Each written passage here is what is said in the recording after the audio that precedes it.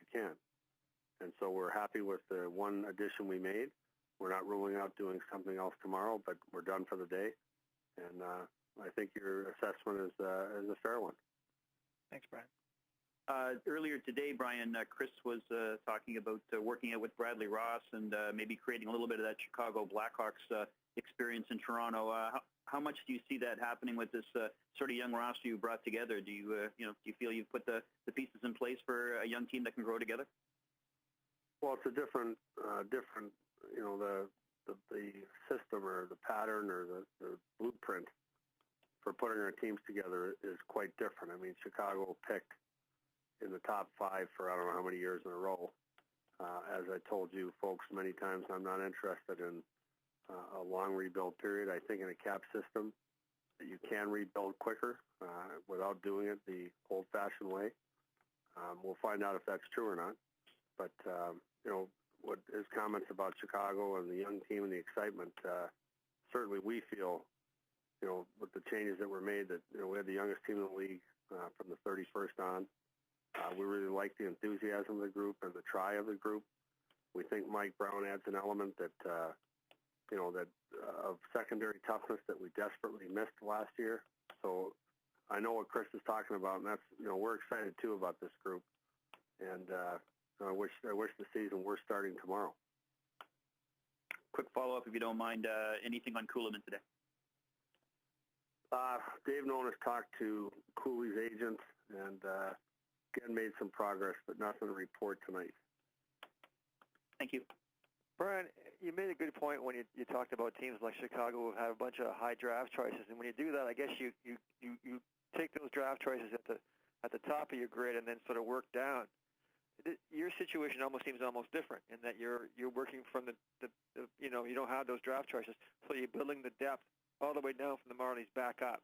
Is that a fair assessment, and is that a function of the salary cap? Well, the pattern we followed is we felt last summer that we had added enough assets without touching our draft picks that we could afford to do the deal for Phil Kessel. We're still happy with that deal. It's a 21-year-old player when we got him who had scored 36 goals in the NHL. And we believe in Phil Kessel, and we're excited about Phil being part of our group.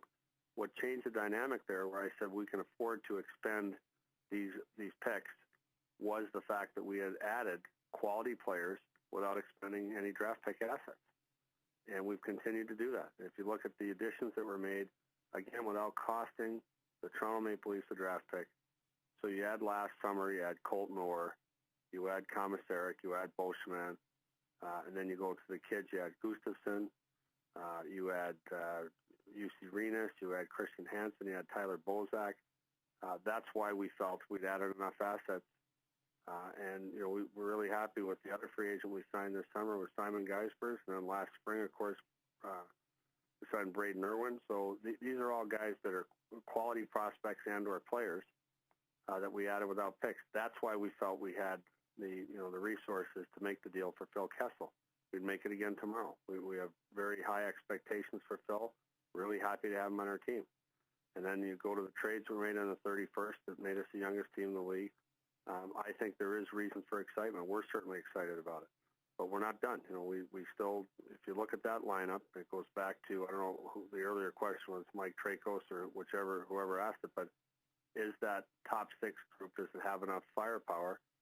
We'll see. We'll see if we can add to it. Thanks. Would it be fair to say a guy like Keith Ollie then has a good chance of hanging around with you for the season if for any other reason than cap room, or would you rather see him playing a full schedule? Our plan right now with Keith Ollie, he missed a good chunk of last year with a shoulder injury, and we think he probably needs a bit more time. He'll decide that at training camp with how he plays. One of the things we're excited about is, and I know people don't want to talk Marlies right now, but one of the things we're excited about is we've got a group of 4 defensemen, 23 years old and younger, for the Marlies. Geisbers, Holzer, Ollie, and Mikas. All the shortest one is 6'2" or 6'3", and the oldest one is 23. So we think we have a solid group that we can groom for the future. And, we'll see. Keith Ollie will decide, but I will tell you, we could have added a seventh defenseman today very easily, or an eighth defenseman today very easily. But we're gonna ride that out and wait and see. Yeah, I was just wondering, the prospect Sweat that you picked up with Versteeg, if and when you sign him, is he a guy that would be competing for an NHL job at this point, or would you look at him as someone who would develop with the Marlies? My guess is he would need time, but that'll be up to him. This kid can fly. This kid can really skate, and I wouldn't rule anything out with any of these young guys. Again, I really would like to go into the season with a couple of jobs available if we can do it. I think if you go in with your depth chart full, and all of a sudden a guy has a great camp, now you got to move money. So our thought would be it's up to these guys, and we'll see. This kid can really fly. Are you surprised with the defenseman that one team signs a defenseman and then the other team says, okay, there's only 4 more to go, and then the price just keeps getting ramped up in terms of either price or term? And the other question I have for you is, are you surprised that the goalies are moving, but not Turco and not Nabokov? Well, the rumor mill is, and again, I don't know this, so you'll have to take this as unfounded, Matty, and I don't. But the rumor is that Turco turned down a contract with Philly. I don't know if that's true. I'm not sure what's going to happen at the goaltending position. I do know I'm really glad that we went into today without worrying about that position. We have 5 guys under contract. We think we've added great depth at that position, and it was one position we didn't spend any time on today, not 1 second. And the defenseman moving, one team signs a defenseman, and then somebody else jumps in and says, I guess we better get this guy. Yes, I think there's and there is some reactionary.